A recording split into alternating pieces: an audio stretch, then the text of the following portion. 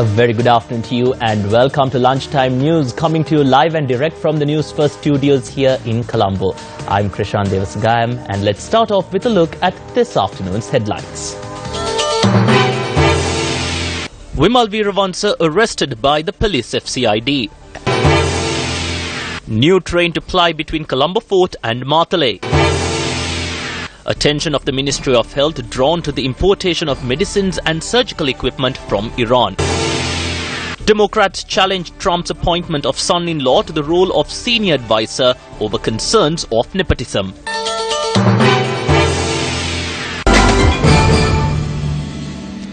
And in your lead story this afternoon, leader of the National Freedom Front, parliamentarian Vimal Veeravansa, who was produced before the Police Financial Crimes Investigations Division earlier this morning, has been arrested. The former MP arrived at the police FCID to record a statement with regard to the misuse of vehicles.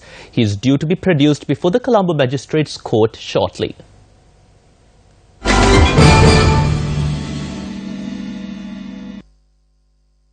In more local news now, the Ministry of Health has focused its attention on importing medicines and surgical equipment from Iran.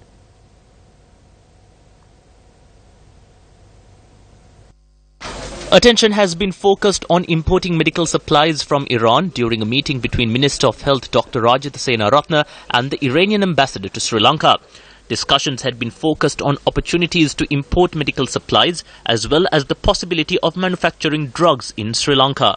Initially, an agreement was signed in 2005 which allowed the importation of 37 medicinal drugs and 10 types of surgical equipment from Iran. Iran currently exports medical supplies to over 40 countries across the globe. Meanwhile, Sri Lanka Railways has taken measures to deploy a new train for operations between Colombo Fort and Martale. Authorities said the new train will begin services from the 20th of this month.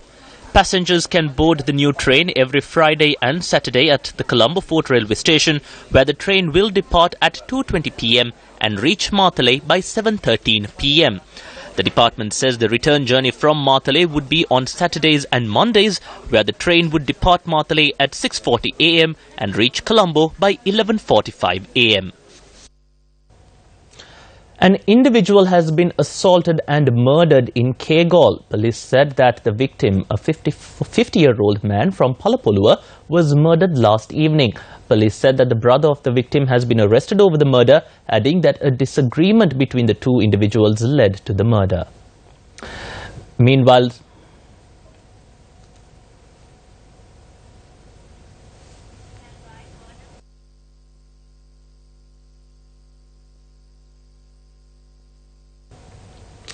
speaking at the event to lay the foundation stone for a model village in Thisamharama under the Sammata 7 housing project, Minister Sajith Premadasa says that in order to eradicate drugs in Sri Lanka, the government should act in a manner similar to that of the government of the Philippines. The use of drugs in the Hambantota district has increased. Why isn't action being taken against this? There is the National Dangerous Drugs Control Board and there is the Narcotics Bureau.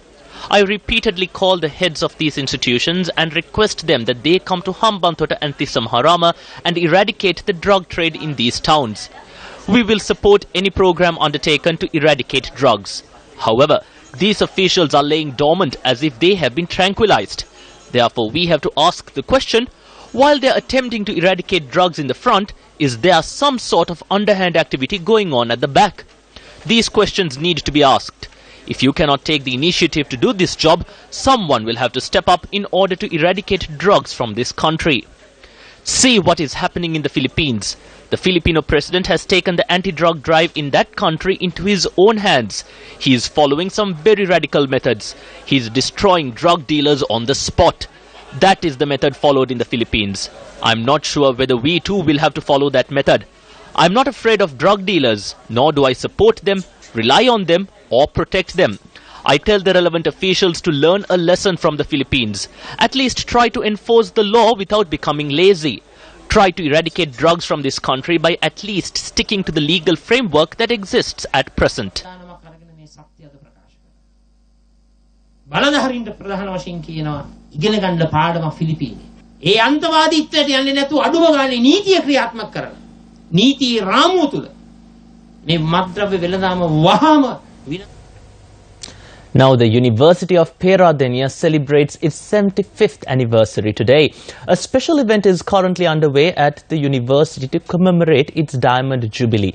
Now, Newsfirst Chaturanga Hapuarachu, who is currently at the festivities, caught up with the Vice-Chancellor of the University of Peradeniya, Professor Upul B. Disanayake.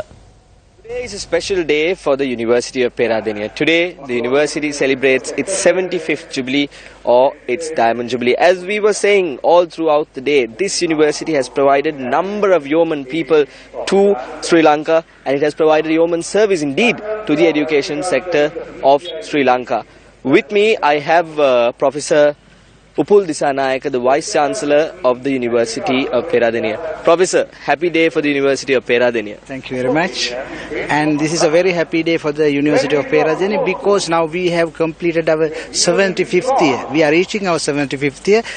This is the inaugural meeting of this 75th celebratory year.